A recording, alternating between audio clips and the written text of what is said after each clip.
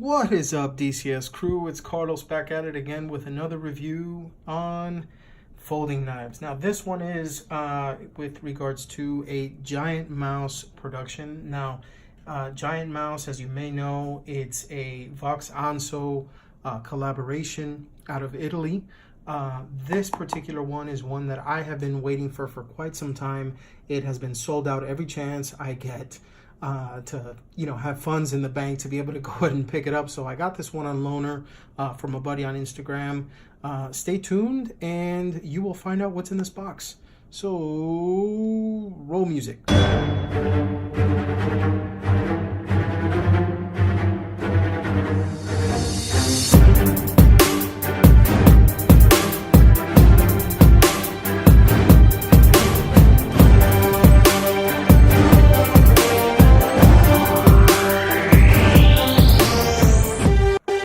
Alrighty, welcome back. So like I mentioned in the intro, this is a GiantMouse knife, hence the logo and the text that says GiantMouse. That's pretty smart of me to just go ahead and say that it's GiantMouse. But anyways, this is a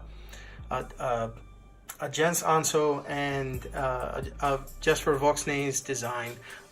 This is actually one of their folder series from their Ace line. Now they have two types of folding knives that they offer. The first one is the GiantMouse line, which is typically derived by either a model that starts with GM or GMP. My favorite in particular is the GM3 and the GMP3. That is a timeless looking knife. I think Viper makes a similar one called the Viper Bellone or Bellone, depending on who you speak to, because it is Italian. The knives are made in Maniago, Italy, and while they have kind of kept quiet about where the knives are made, I have a feeling that they are made by Viper Technocut, the company that makes Viper knives. So let's go ahead and get started, shall we? This is about this mouse right here. This is the GiantMouse Vox Anso Ace Biblio, and this is the version with green micarta handles. This is a stonewash blade in M390 steel. The micarta right here is nice and well worn. This was actually sent to me on loan from a buddy on Instagram named Sharp188. Thank you so much, buddy. I believe his name is Paul. Sorry if I didn't get your name right. I'm pretty sure it is. But in any case, you can tell that it's part of the Ace line, as it has the mouse and the Ace insignia on there. So just a couple of specs on it, just so you know. The entire length of the knife itself is 6 3/4 inches. You got a blade length, a total blade length of a little over 2 3/4, I want to say, or say 2.9. I think it shows on Blade HQ is 2.875, something like that, so 2.9. The edge that is usable on this is 2.5 inches, and the thickness behind the edge is 0.12. So that's actually pretty sharp. Not as sharp as, say, a Delica, but it is sharp nonetheless, and it can do some really good slice work. So the blade itself, like I mentioned, is stonewashed on this version, but if you choose to get one of their other versions, they have they have the peanut, I guess you could say, micarta. They have the black and the green G10. Now I believe the G10 models have the option for you to get the satin finish. In this particular case, the model that we are looking at is a stonewash finish. Now it's a drop point blade with a full flat grind, as you can see. Goes to the top. It has a nice little switch here. And it has some jimping right here, as well as right here. And I want to say that this is a finger choil, but it's not. Yeah, I guess you can use it as a finger choil. I have kind of chubby fingers, so I would probably slice myself there. The cool thing about this is that it has a flipper tab, and it has a hole here. It's a thumb hole, which technically isn't, circular, but it is a thumb hole, so you can open it that way. You can flick it open, or you can spidey flick it. There we go. Alrighty. Now, the micarta itself It's nice and grippy without being too overbearing. I've had some G10 knives that are a little bit more coarse than this. Just, you know, case in point, there's the Spyderco Para 3. This is a staple in my EDC collection. If you notice, that G10 is nice and worn, and it actually is a bit more rough on the pockets than the micarta is on here. Plus, the fact that they use a deep carry wire clip really helps when you are carrying this in the pocket. So whether you have dress pants or you have denim, there isn't going to be any issue with it ripping towards the pockets. And believe it or not, the cool thing about this micarta is that it starts to wear with the oils in the person's hand. There may be something that spills on it like this, and that was not me, Paul, so you can't get on my case about that. It really starts to show that wear. You can go ahead and clean it, but there is going to be a problem with disassembling the knife, and I'll get to that in a little bit. So first and foremost, the Ace Biblio, like I said, is part of the Ace Knives line. They have the Ace Iona, they have the Ace Biblio, they have oh my gosh, they have the new one coming out, the Ace Clyde, and I cannot believe I don't remember the name of the other one. Well, in any case, feel free to go ahead and mention it in the comments if you remember. But this one in particular is based on the ever popular GM1 from the GiantMouse standard collection. Is going to be titanium handles, M390 steel, just like this. The only difference is this has steel liners, a liner lock, and micarta handles, as well as the deep carry wire clip, which isn't really deep because you still have this, but you know, you do have the deep carry clip, and you do have the lanyard hole in case somebody chooses to go ahead and put something on there. So it's a really good all-around knife. I've been carrying it for a little while. I've had it for a little bit over 2 weeks. I've used it in the office, and I've used it every day when I'm just wearing, you know, shorts like I am right now, or excuse me, denim, and it works pretty well. To be able to go ahead and take this apart, you do need, you know, a Torx bit, and so I have my Husky and I have my Kern Knives bit driver, as well as my Torx bits from Weha. In this particular case, you're going to want to use a T8 to go ahead and remove the pivot screw and this screw here at the bottom that houses the clip. Okay, so the length of the handle itself is just under 3.9 inches. It's 3.875, and the knife itself weighs a little over 3 3/4 ounces. There's a lot of really good things that I can tell you about this knife, but the truth is, unless you have one to hold and to use, you really won't understand when I tell you this. But this could be the knife that, if I purchased, might end my search for knives. And that is that's a bold statement to make. I've had a lot of really good knives come across my hands. I've had Buck knives, I've had Spydercos, I've had Kershaws, I've had, you know, Chris Reeves Benzas, I've had, you know, Kaisers, I've had Swiss Army. I mean, I've had quite a few. Probably not as many as some of the viewers out there, but I've had quite a few, and I've been blessed to be able to go ahead and say, wow, this is a great knife, or wow, this one needs work. I mean, but this knife, there's just something about this particular combination, the micarta, the M390, the thumb hole with the flipper, the, you know, the deep carry clip, just the whole setup. It's amazing what this knife can do, and I'm enamored about this knife. So there's a lot of good about it. There are a few small things that I felt could use some work, and there's some things that you really can't work up, you know, around. Maybe I'm just being pedantic about it, but I figured I'd just go ahead and let you know how it is anyway. So let's start with the good. Okay, things I really like. The pros, I have to start with the fact that this is a very, very versatile knife. Okay, it is a slicer. It can be a heavy user. It's going to be something that, because of the type of steel it has and the heat treat that's on it, it's been done well enough that it's going to last for quite a bit. And because of the fact that it's a nice thin blade stock with a flat grind, it's going to sharpen up really well and deliver some really nice slicey action. The size of the blade to the handle ratio is just right to where, I mean, you can hold it like this and get, you know, enough blade to do what you need to do. You can hold it like this to get some nice precise cuts. The blade shape, I mean, it's a very nice slicey style of blade shape.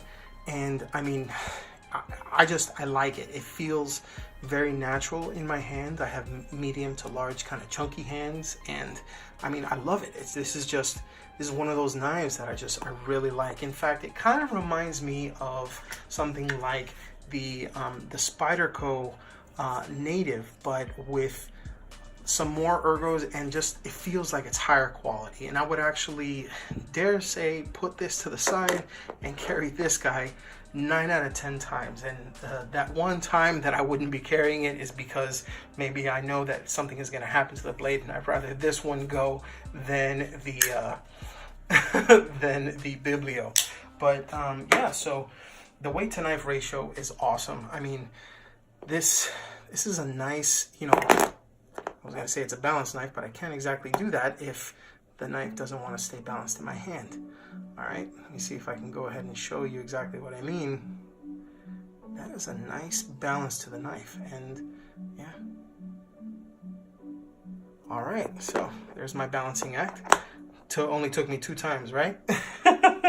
And so another thing that I really like about it is, like I said before, is the choice of the different choices you can make when you're purchasing this knife. Now, if you can purchase them, you're typically going to find them in Blade HQ or the GiantMouse website, unless you choose to find this on the secondary market. So you can probably find it on the secondary market every now and again when it pops up on, say, Blade forums or Reddit, or, you know, one of the Facebook groups like the GiantMouse group or the Shank Sharpeners Union, which, by the way, if you haven't seen them yet, I would really recommend you dropping a follow on their Instagram or checking out their Facebook club, their group on there. I mean, a lot of really cool people. They have a lot of really nice knives from GiantMouse, as well as a couple of other things that you'll see on there that I personally really like and I recommend if you are a knife fan. So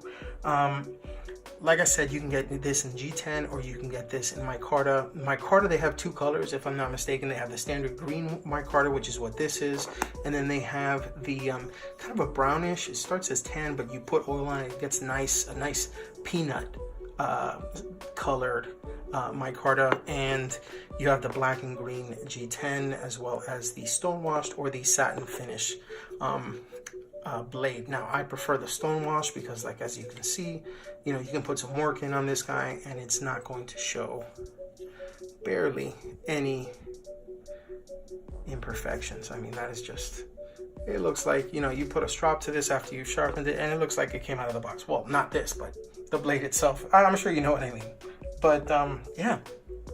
Now, because of the fact that this is so popular, it's a very hard to find knife. And a pro to this is that if you have it and if you choose to, say, get rid of it, it has an excellent resale value on the market because they are so hard to find.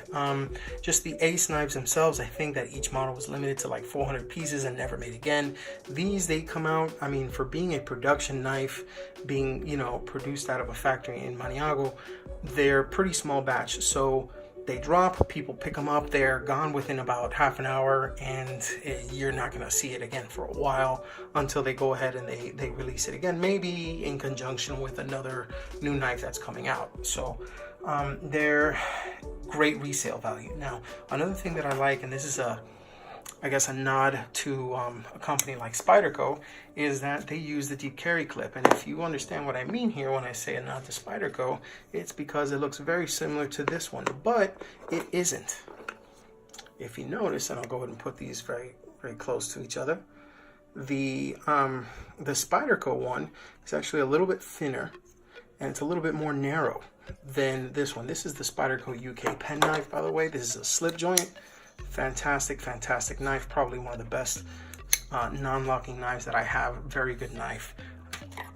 And so yeah, the deep carry wire clip, you can put it on the left or right hand side. It's going to be tip up only, but yeah, it's very well done and I like it a lot, specifically on this model. I mean, it's a really good setup, and I highly recommend it because of the fact that the deep carry clip allows you to be able to go ahead and have some flexibility when you're putting this on and removing it from your pocket without having to have that rough texture beat on your, or basically shred your pockets like I mentioned earlier.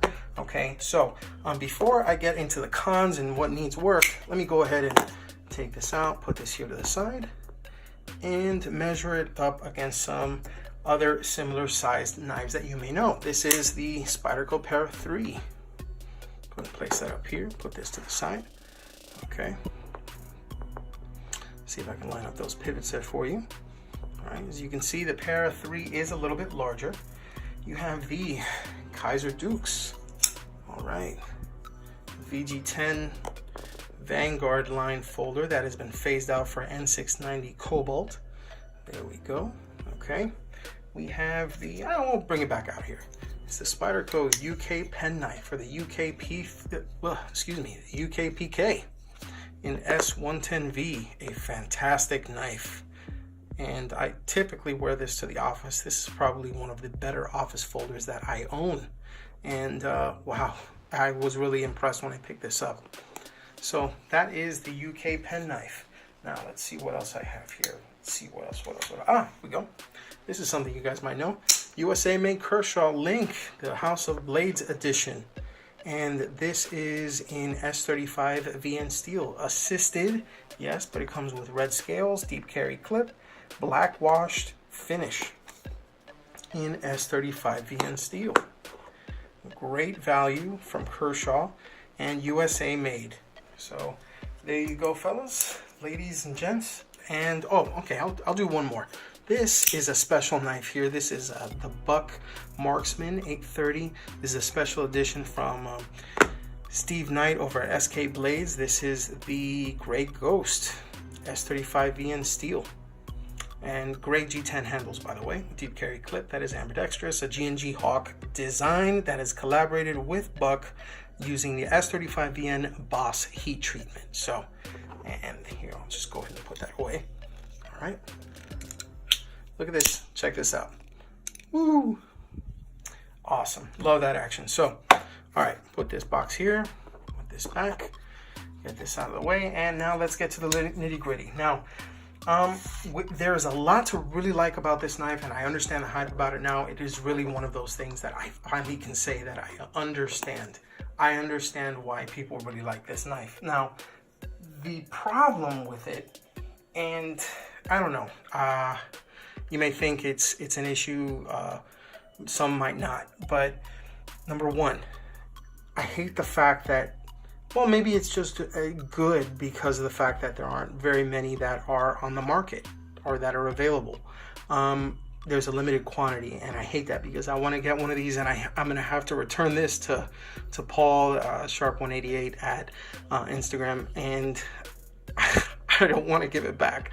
I lent him my smock for this, and I'm going to be honest, he can keep the smock if he gives me this. I mean, I'll be okay with that. Now, the only other problem that I have is the fact that a GiantMouse does not want people disassembling their knives because they're saying that it may void the warranty. Now, I took a page right out of the GiantMouse's website because I wanted to go ahead and tell you exactly what it says under care and maintenance with regards to voiding the warranty. So it says, we recommend that you never attempt to disassemble your knife. Our folding knives are manufactured to exacting standards and tolerances, and the pivot screws are held with engineering adhesive to prevent loosening over time with use. Loosening the pivot screws will break this adhesive seal and put your knife at risk of malfunctioning over time. Disassembly of your knife may alter the condition and performance of the knife from the condition it was in when it was manufactured, passed through quality control, and placed in your hand. Accordingly, disassembly and reassembly of your knife may void the warranty. So, as much as I would like to say that this is a great knife to be able to go ahead and disassemble, maybe dial the scales, and clean, if it's off as far as the centering or anything like that, it's basically telling you don't mess with the knife. I mean, but if you've put some real use to the knife and you want to clean it like this one is, I guess you're just going to have to be really careful. Heat up the screws, the pivot screws, and go ahead and take them off very carefully. If you end up stripping them, you're not going to get them to cover that. And when you're done, go ahead and place some Loctite. When you're done, I mean, I guess it's you know, disassemble at your own risk. I wouldn't have a problem with it because I do have the right tools to do it. This is the Current Knives bit driver, by the way, and the torque set. Very, very, very good quality stuff right here.